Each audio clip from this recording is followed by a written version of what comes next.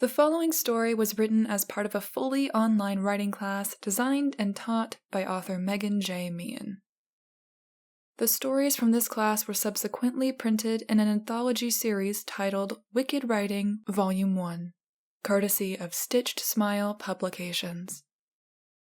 To join the next class, email Meagan J. Meehan directly at artsycr8TIVEINT@gmail.com.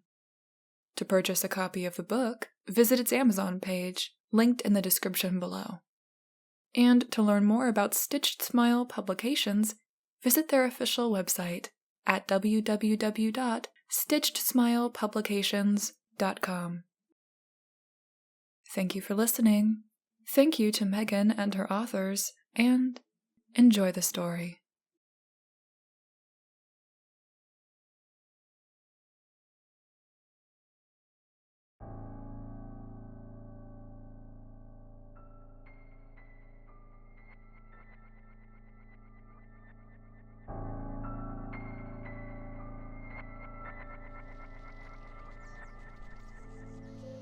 "Sarah, wait up!" Thomas shouted as he scrambled down the old weathered road. "How many times do I have to tell you to get gone, Thomas Crenshaw?" Sarah fumed, quickening her pace. "You gotta let me explain." She stopped dead in her tracks at this, giving Thomas just enough time to catch up. When he was a few feet behind her, Sarah turned on her heels and looked him in the eyes for the first time in a week. "Explain what, exactly? Why you stood me up Saturday night? Or why Mary Radley says she saw you sneaking out of Debbie Altman's window?" It was more of an accusation than a question, but that didn't stop Thomas from trying his best. "Both. Sarah, I swear to you, it's all a big pile of lies. Mary Radley's just after attention because no one ever pays her no mind." Sarah seemed to think this over for a moment. She almost wanted to believe him, but no, it couldn't be that easy. "Oh yeah? Where were you then, huh?" she challenged him with newfound skepticism. My grandpa needed help out in the fields, that's all." "At sundown?" Sarah's hazel eyes narrowed at the half-baked excuse. "Yeah, he thought foxes might be getting in the chicken coops. He had me staying up all night trying to catch him in the act." "If that's really true, then why didn't you just call to tell me?" Sarah asked, the frustration clear in her voice. "I tried, but I couldn't get through to you. You know how hard it is to make calls out here." I really wish I could believe you, Thomas." Sarah weakened again, the hurt seeping out through the cracks in her resolve. "Baby, please." Thomas started taking her hands in his and squeezing them tightly. "Just tell me what I gotta do to make things right. I swear I'd do anything for you." Sarah stiffened at the sudden touch, but she didn't pull away. She just stared up at Thomas as if the answer she was looking for were hidden somewhere in those soft brown eyes of his. "Anything?" Her voice was soft and timid now. The lion had been reduced to a mouse. Thomas smiled that perfect little smile that always got him out of trouble. "Anything, baby. Just name it." Sarah pursed her lips and twirled a finger through her fiery red curls as she thought it over. "All right. I want the hat off the Scarecrow on the old abandoned Dupree farm." Thomas's loving expression quickly turned to a look of confusion. "Of all the things, you want that dirty old Scarecrow hat?" "No one's ever done it before, and you know what people say about that place. If you can get me that hat, it'll show me how devoted you are to me. Every kid in town will be talking about it." "Course I can get it. It's just a scarecrow." "Maybe, maybe not," Sarah muttered. Thomas tilted his head at her curiously. You believe in all that hocus pocus? Sarah crossed her arms with a huff, reminding Thomas why the request was being made in the first place. Never you mind what I do or don't believe, Thomas. You just worry about getting me that hat. All right. I'm sorry. Just bring it to school tomorrow and give it to me at lunch in front of everyone, Sarah exclaimed. That'll put an end to all this Debbie Altman talk. That explained it all loud and clear. Sarah didn't really care about the hat or the Scarecrow. She just wanted all the gossip to stop, and if there was anything that could make that happen, it'd be someone getting their hands on that damn hat.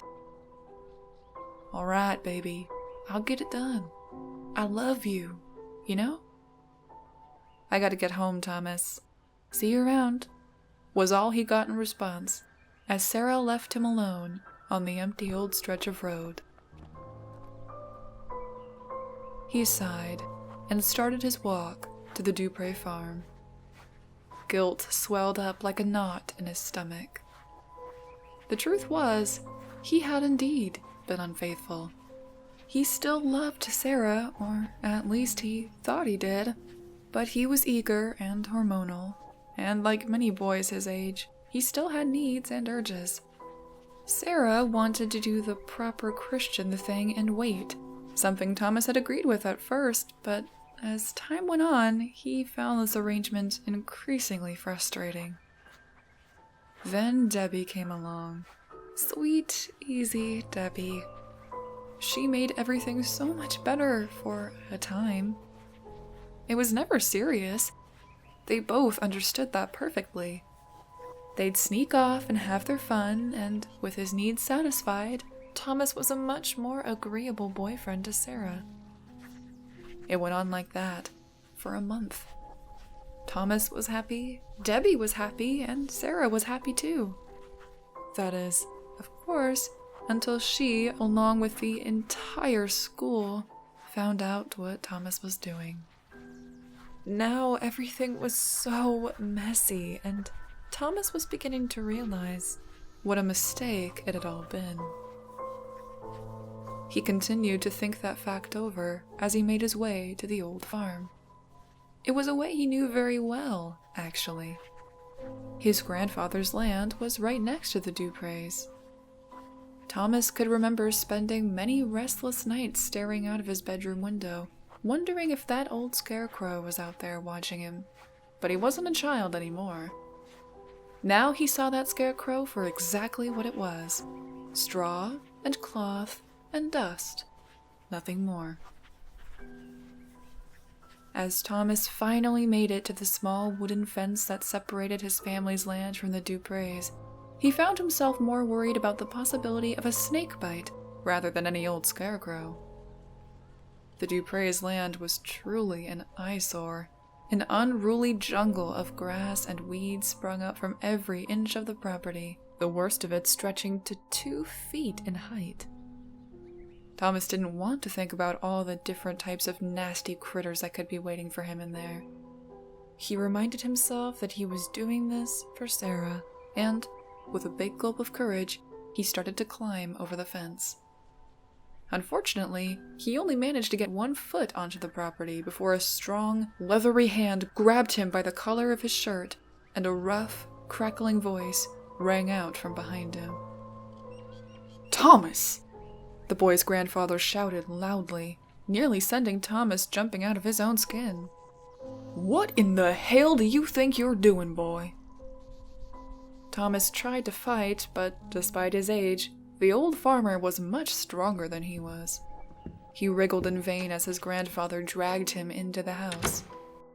Once inside, Thomas was finally freed from his grandfather's grip. "I have told you time and time again to stay away from that land. How many more times do you need telling before you start listening?" "God dang it, I ain't a child no more," Thomas began shouting, just before his grandfather's hard stare shut him up. "Then you ought to stop acting like one, boy, and don't you ever take the Lord's name in vain." Thomas mumbled out an apology as he stared at the floor, unable to meet his grandfather's oppressive gaze. What were you doing trying to get over that fence? What's it matter? Thomas huffed. Boy, you better answer my question, the old man said coldly. Thomas knew that tone, and he also knew better than to give any lip when his grandfather used it. I was gonna try to get the Scarecrow's hat, he admitted, finally meeting his grandfather's eyes. To Thomas's surprise, that cold stare turned to an expression he'd never seen before. It was a solemn look, with tinges of fear and something more, something deeper the old man kept buried inside. Grandpa? I was praying you wouldn't say that, but I knew it was coming, the old man answered, in a defeated voice. Sit down, boy. Let's have a talk. Thomas followed his grandfather to the wooden table where they all ate their meals, and once they'd both sat down, his grandfather spoke again. Why do you want that hat, Thomas? There was no anger in his voice now, just concern.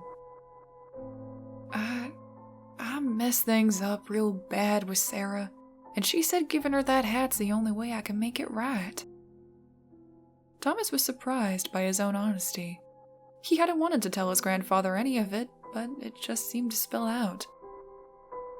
Thomas's grandfather sighed and began rubbing his temples. I know how much you like that girl, Thomas, but you can't do that. I have to. Go talk to Sarah tomorrow. Find another way to make things right. I won't let you do that. I can't let you do that. Why not? Why is everyone in this town so damn terrified of that dumb old Scarecrow? Thomas's voice peaked in frustration. Boy, how much do you know about that old farm? Just stupid bedtime stories to scare little kids. Sarah's mom told her one night that Scarecrow jumped off his post and gobbled up the Dupree in their sleep, and that'll do the same to any children who don't mind their elders, Thomas scoffed. So, you never did learn the real history of that place and that thing? That's my fault. I should have told you about it a long time ago. I guess I didn't want to acknowledge it myself. Thomas stared at his grandfather quizzically. The promise of an explanation managed to lessen his rising temper. It all started with Virgil and Adeline Dupree. They were a Haitian couple that moved here from Louisiana. From what people say, they were kind, hard-working people. It was a different time, though, back when people didn't take kindly to seeing colored folk owning land, let alone see 'em prosper 'cause of it. That bitterness and disgust just festered and slowly turned to rage and hate until, eventually, something evil happened. One night, the townspeople came in their white hoods with their torches and their clubs, and they dragged Virgil Dupree out of his own home, and they tortured him. They hung him from the old oak tree beside his house. Adeline had been visiting family in Louisiana at the time, and when she came back, the only thing waiting for her was her husband's remains, swinging from a branch. They never convicted anyone. The police turned their back on it all, and Adeline was inconsolable, Thomas's grandfather explained, regretfully. The grief, anger, and fear all ate away at her until she just couldn't take it anymore. If the law wouldn't bring her justice, she'd get it another way. Unbeknownst to the rest of the town, Adeline Dupree practiced dark magic, and in her grief and rage she started making that Scarecrow. They say she stuffed it with talismans and mystical herbs, wrapped it in cloth dipped in strange potions, and even made a costume out of different scraps of Virgil's clothes. And once it was finished, she put it out on a post in front of the house. She cut the throats of every last bit of livestock she owned at that Scarecrow's feet. And with all that hatred and suffering and blood, they say she put a demon in that Scarecrow. Now, when word got around town that Adeline Dupree had been out there sacrificing animals and singing in a strange foreign language, people were up in arms. They swarmed that farm, planning to kill Adeline just like her husband. They never laid a finger on her, though. They say that Scarecrow sprung from its post and tore every last one of them up like an animal. Then it impaled their bodies on the branches of the oak tree Virgil was hung by, all while Adeline sat on her porch and watched. The people that remained in the town never bothered Adeline after that. She stayed in that house, mad and alone, until she finally drank herself to death. The bank sold the land many times over, but all the owners either died or fled soon after. Eventually, people just stopped buying, and the land was abandoned. Thomas stared at his grandfather, wide-eyed and slack-jawed. "You really believe that load of horse shit?" Thomas was flabbergasted. This was just absurd. Dark magic? A killer scarecrow? He felt like the only sane person in a town of gullible, superstitious fools. But his grandfather just sighed and shook his head before continuing. "I know. I thought it was nonsense when I was your age, too. Then one night, I tried to steal that hat myself." Thomas's ears pricked at this. What happened? The old man stared down at his clasped hands and took a shaky breath. "I didn't ever want to have to tell anyone this story, especially you, but I can see it's something you're going to need to hear. It was me and 3 other people. The whole thing had been Peter Barnett's idea. He'd always been a troublemaker, despite being the son of our high school principal. Peter's younger brother, Andy, tagged along wherever Peter went. There was also Carol Ann Dietz, a girl I was sweet on at the time." A faint smile spread across the old man's wrinkled lips as he remembered the girl from so long ago. "I was really only going to impress her. We were all going to be the first kids in town to nab the Scarecrow's hat. That's what we thought, at least." It was dark out when we all hopped the fence and started walking. Everything was normal, for a while. Peter and Andy were walking ahead while I stayed back with Carol Ann. We were talking about school, joking with each other. Then Carol Ann noticed something odd. It was dead quiet out there. No crickets, no toads, no nothing. And in a place as overgrown as the Dupree's land, it just didn't add up. It spooked Andy something fierce, but we all just tried to forget it. Eventually, after a good deal of walking and complaining, mostly on Andy's part, we made it to the Scarecrow's post. Thomas watched as his grandfather's eyes turned glassy, and his voice grew quiet and fearful as he continued. It was so unsettling up close. The thing was dressed in a moldy dark green shirt, ragged dirty blue pants, and a tattered maroon shoulder cape. The getup looked like it belonged more on some New Orleans voodoo man than a scarecrow. It had such an unnaturally large and thin body, and its head, the thing's head, was a pale, ghostly white stuffed sack tied tight with a rope that coiled around its inhumanly long neck. It had long, dirty straw for hair. The only facial features that thing had was a long, stitched smile and another set of stitches higher up on the head that almost looked like a single shut eye. And on top was that damn hat. It was a large, wide-brimmed hat that was the same maroon color as that cape, with 2 big black feathers sticking out the side. The worst thing about it, though, was the way it was posed. The post was shaped like a large cross. The Scarecrow's arms were tied to it by barbed wire.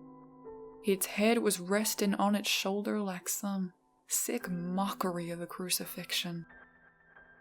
We all just stood there and stared at it in awe and disgust until Peter finally piped up and snapped us all out of it. The post was so tall that none of us could reach the hat on our own, so Peter had Andy climb up on his shoulders to reach it while me and Carol Ann watched. That was fine by me. I didn't want to get any closer to that thing. I was just glad we were going to get the hat and get out of there, but just as Andy was about to reach it, he let out this terrible shriek and fell off his brother's shoulders flat onto the ground. We all started cussing him out for scaring the life out of us when he started shivering and pointing at the Scarecrow. And that's when we all saw it.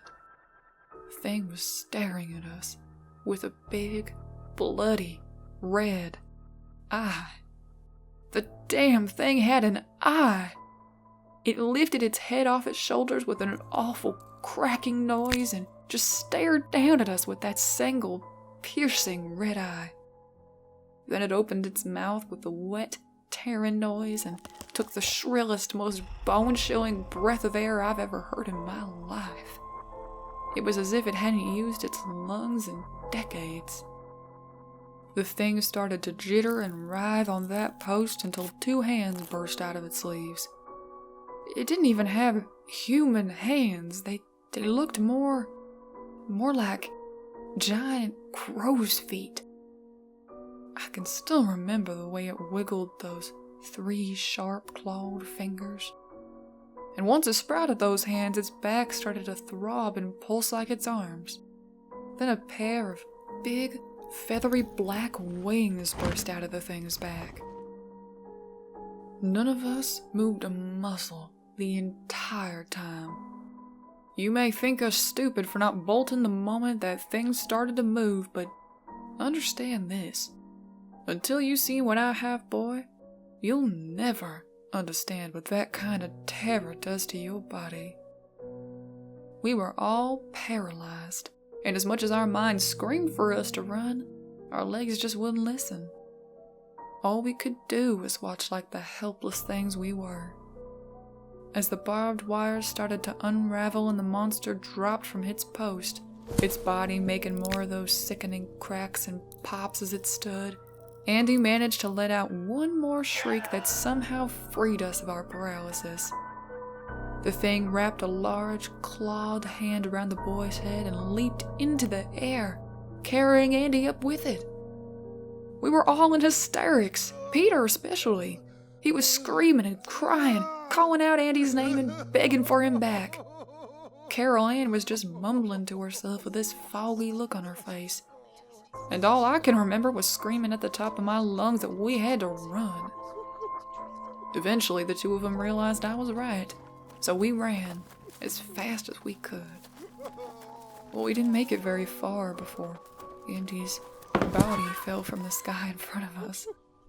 Every bone in his body looked broken, and there was so much blood. Peter started throwing up right there and then, and while he was doubled over, that thing just swooped down and landed right on it. I didn't stay to watch what happened to him. I just grabbed Carol Ann's arm and we kept running. We were so close I could just make out that wooden fence when Carol Ann's hand was yanked away from mine. I turned just in time to watch that monster drag her away. A pang of grief stabbed at the old farmer, and his voice grew full of shame and regret as he forced himself to keep talking. For a moment, I thought about going back for her, trying to fight that thing and save Carol Ann, but I knew that was suicide. No, I did the less noble thing. I kept on running till I hit that fence. I remember climbing over it and landed on my hands and knees on the other side, and when I turned around, there the thing was, perched on the fence like a gargoyle. I was sure this was it. That monster was gonna rip me apart. But it didn't. It just sat there on the fence, staring at me with its single bulging hate-filled eye. Then it darted back toward the property. I managed to get to my feet just in time to watch it return to the fence with Carol Ann. She was alive. Both her legs were broken. It dropped her a few feet away from the fence and just stared at me. She tried to crawl, but the thing just pulled her back if she got too far. She was sobbing, begging me to help her. I took a single step toward her, but then I saw the eagerness in that monster's eye. I understood what it was doing. It was trying to lure me back onto the property because it couldn't leave. I told Carol Ann I was sorry. Then I started stepping back. Once it knew I wasn't taking its bait, the Scarecrow let out a wail like I ain't never heard before. It pounced on poor Carol Ann. It snapped both her arms like twigs, and once she couldn't defend herself, it tore into her with those talons. I could only watch helplessly while that monster tore the flesh off her beautiful face, and then it plucked out her eyes. She was alive for all of it. She was screaming my name and begging me more to help her. Then it took her tongue and she was quiet. And when she was gone, I watched it drag her body back toward the farmhouse. Tears were welling in the old man's tired eyes. He stifled a sniffle as he wiped them away before finishing. The police found all 3 of their bodies, impaled on the dead oak tree the next morning. I was so scared they'd pin it all on me, but there was never even an investigation. People knew what happened, and like they had so many times before, they turned a blind eye to it. You can believe whatever you want, boy, but I know what I saw on the Dupre's farm that night. What I've just told you is the Lord's truth, and it's why you're forbidden from ever setting foot on that property. Thomas sat quietly, trying to process his grandfather's words. His head raced, and his skeptical resolve started to waver, but only for a moment. It was quite the tale, but that's all it was. Just a tale, meant to scare a child into behaving. Thomas wasn't a child, and he saw through his grandfather's tricks, even if he still didn't know the reasons for it. He assured his grandfather that he understood and would never set foot on that property again. Under the cover of night, while his grandfather slept, Thomas snuck out and crossed the fence onto the abandoned land. He made his way to the old farmhouse where the Scarecrow waited. To Thomas's unease, the thing was just how his grandfather had described, right down to that unsettling pose. His grandfather had gotten a lot of things right, in fact, like the dead silence of the area. Thomas shook away the paranoid thoughts. There was a simple explanation for all of it. His grandpa had indeed been on the farm, but he just chickened out. That was it. Satisfied with that explanation, Thomas began climbing the wooden post like a tree. The hat was nearly in his grasp when he saw it. A single, red, veiny eye with a pale, milky iris staring him down. He fell from the post with a terrified scream. And as he lay there on the ground, coughing and trying to catch his breath, he realized just how wrong he'd been. As the Scarecrow's stitched mouth tore open into a large, nightmarish grin.